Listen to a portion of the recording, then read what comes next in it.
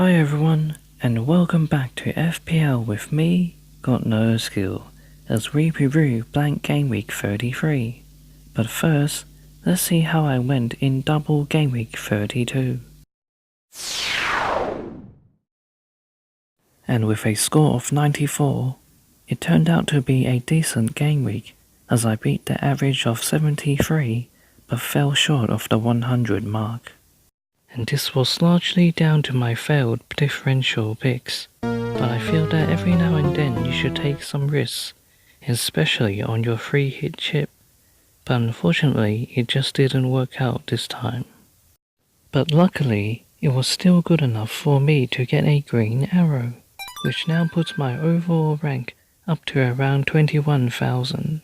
And as for my predictions, I got 11 out of 15. But now, let's have a look at my lineup for this game week.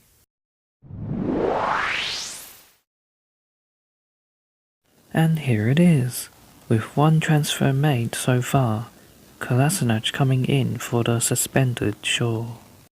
But as you can see, it's still not a very good lineup, so I'm considering a second transfer, a -4 hit to get in Ramsey.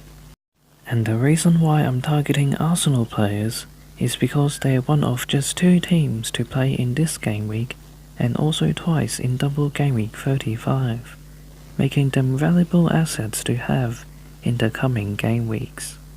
Indeed, their end of season schedule is arguably one of the best out of all the teams, making their top 2 assets, Aubameyang and Lacazette, one of which seem almost essential to have.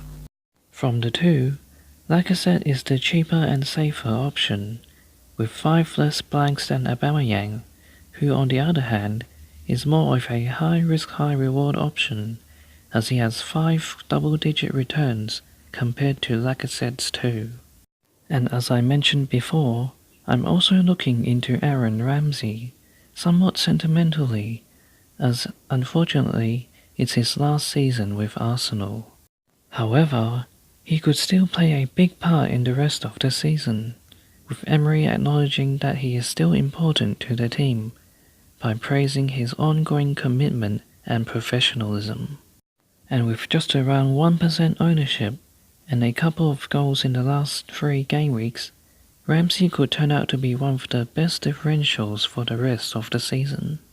And with Arsenal starting to keep clean sheets as well, their defensive options could even be worth looking into, with Kolasinac the standout option due to his further potential for assists. So the other team to play this game week, and also twice in double game week 35, is Southampton, although they do face Liverpool this game week. Therefore, their defensive options should probably be left on the bench at most, with Valery the most promising prospect due to his cheap price and potential attacking returns. There could be good value in their midfield as well, with the kindly priced Højbjerg notching up his 4th goal of the season last game week, and Redmond who supplied the assist for him. And Ward-Prowse could also be a great attacking option as well, due to his deadly free kicks, which I think are the best since Dimitri Payet. But with all the hype surrounding the best double game week players last game week, ending up with a lot of them just playing one fixture, it's therefore important to not neglect the single game week players who could do just as well with a strong single fixture.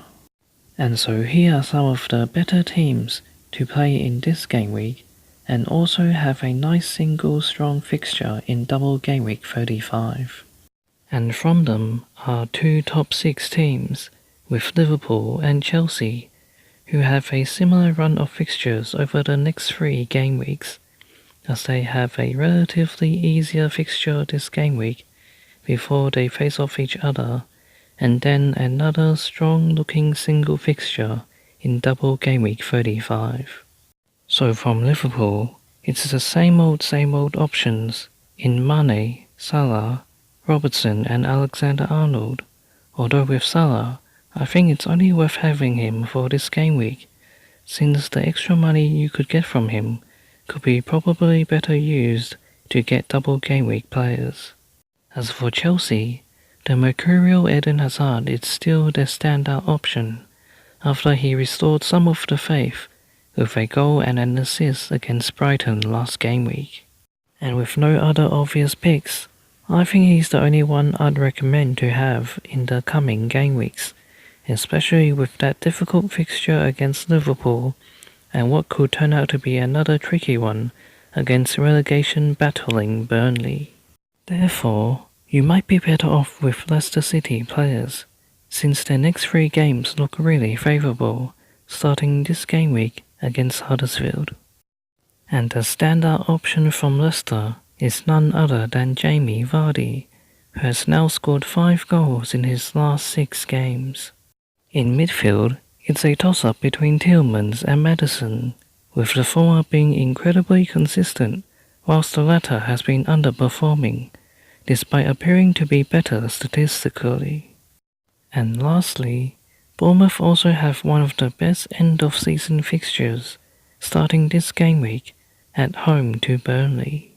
And since they tend to be a lot stronger at home, this makes one of their attacking assets in Fraser, Brooks, Wilson and King a great prospect to have for the rest of the season. So finally, let's finish up with my predictions, and for this game week they are Liverpool, Bournemouth, Leicester and Chelsea to win, with the others resulting in draws. And that's it for this video.